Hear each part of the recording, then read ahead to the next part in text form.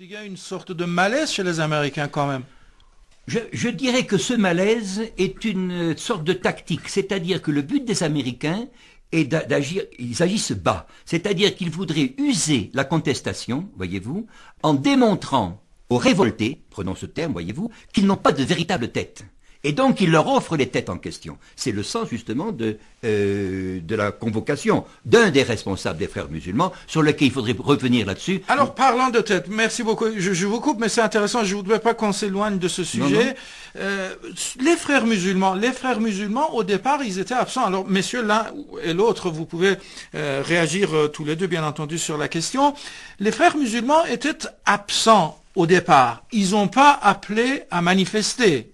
Mais petit à petit, on a vu que les frères musulmans, ou leurs représentants en tout cas, sont venus participer aux manifestations et ils ont pris part tout de même aux contestations. Comment vous jugez, messieurs, cette absence, disons, initiale des frères musulmans et cette participation, peut-être pas tardive, mais je veux dire a posteriori? Bien, moi, je me permets de répondre de mots, parce que justement, ils n'ont pas d'objectif révolutionnaire.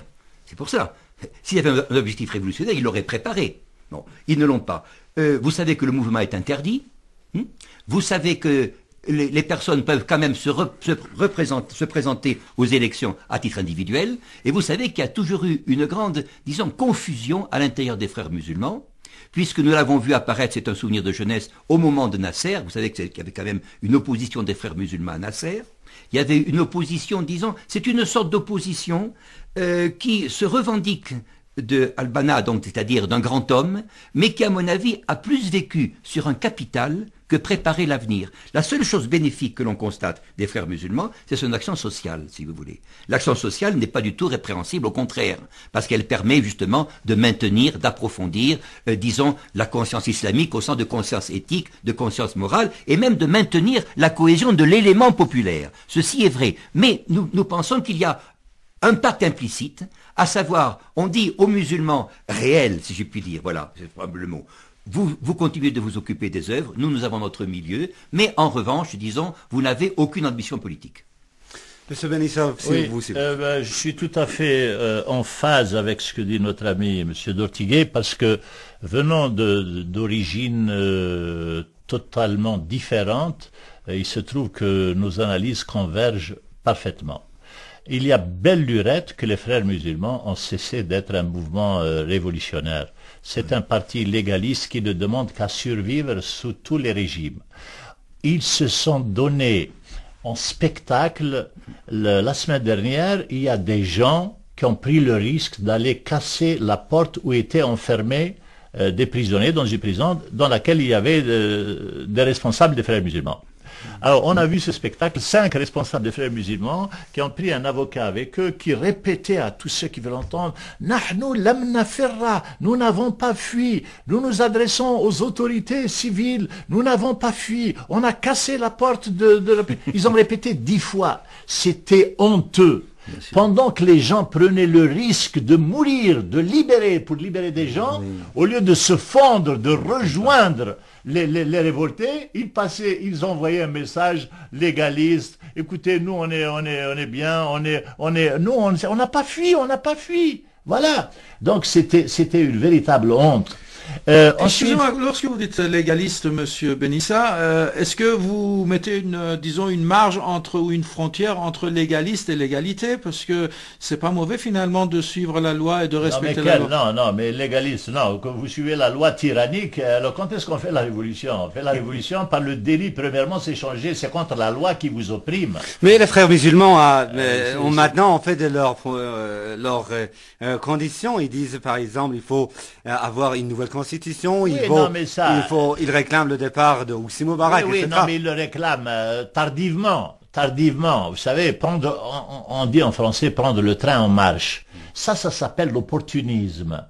Il faut se faire discret. Quand on n'a pas initié un mouvement, quand on prend le train en marche, on devient discret, on se met à l'école, voilà. Mais de là à sauter, aller représenter, aller parler au nom, parce que l'Amérique elle préfère que ce soit vous. Pourquoi l'Amérique préfère que ce soit les frères musulmans? Parce qu'elle sait les gérer. Ils veulent le pouvoir à tout prix. Et c'est pas pour faire la révolution. Il y a belle lurette. Il y avait Seyyid Qutb qui était le révolutionnaire des frères musulmans. Oui. Ils l'ont oublié totalement. Il n'est plus... Les frères musulmans, où est-ce qu'ils sont? Ils sont Merci beaucoup pour cette analyse. On arrive, je crois, presque à la fin de notre émission. Il faut dire où est-ce qu'ils sont. Qardawi. Parce qu'apparemment, il y a divers courants maintenant au sein des frères musulmans. Excusez-moi, mais Qardawi, il y a 10 jours, une superbe canaille, il disait que le danger qui menace le monde arabe, c'est l'Iran. Voyez, alors comment on peut se tromper déjà? On va en parler, M. Belissa, dans notre seconde émission portant sur la révolution islamique. Mon cher Nima, une dernière question. On a 2 minutes. Hein. 2 minutes. Hier, on a assisté également à un événement important sur la place Tahrir. Il y avait, mon cher Nima, des chrétiens coptes qui étaient venus en fait rejoindre les manifestants pour protester, pour exprimer leur protestation contre le régime au pouvoir. Quelle en est d'après vous la portée et l'importance? Eh bien, l'importance, c'est une contradiction apportée dans les faits à ces opérations qui a été plus ou moins conduites d'ailleurs par le Mossad et autres en Égypte, d'opposer les Coptes à la population musulmane. Je me souviens d'ailleurs, c'est un souvenir de jeunesse, mais comme s'il est anonyme et ne blessera personne, je me souviens qu'un jour, je voyais des camarades à la Sorbonne qui étaient des trotskistes, qui ce n'est pas forcément une origine très chrétienne, et qui se mettaient, à l'époque de Nasser, à se découvrir des admirateurs des Coptes. Vous savez, il y a toujours eu, disons, une sorte de... comment vous dire, d'intrigue à cet égard, et je crois que les Coptes ont voulu répondre à cela, parce que le Copte, par définition, est égyptien, le Copte est égyptien comme les Arabes égyptiens sont égyptiens. De ce point de vue, c'est une ignorance complète de la nature des choses qui fait dire à des médias ici que les Coptes sont des minorités chrétiennes opprimées. Merci beaucoup. Juste, messieurs, 20 secondes vraiment pour vous et pour vous. Le compte à rebours a commencé pour M. Hosni Moubarak, ou il partira au mois de septembre? Moi, j'estime que la chute de M. Moubarak n'est pas imminente. Et vous, monsieur? Moi, je pense qu'il va partir bientôt, mais je vais dire 2 mots. J'ai vu en rêve, il y a 8 mois, Moubarak me faisant des raka'at, des génuflexions comme on le fait dans les prières. Il en a fait une dizaine. Alors, à la fin, j'ai eu la gentillesse de lui lever un peu la tête. Alors, c'est moi qui suis responsable. Si je l'avais enfoncé, il serait parti. Ça veut dire que j'espère que c'est juste un sursis parce que je suis malade. C'est peut-être vous le prochain président égyptien. Merci beaucoup. En tout cas, c'est terminé pour cette table ronde, mais... chose promise, chose due, on va retenir ces messieurs. Oui, s'il vous plaît, c'est pas fini.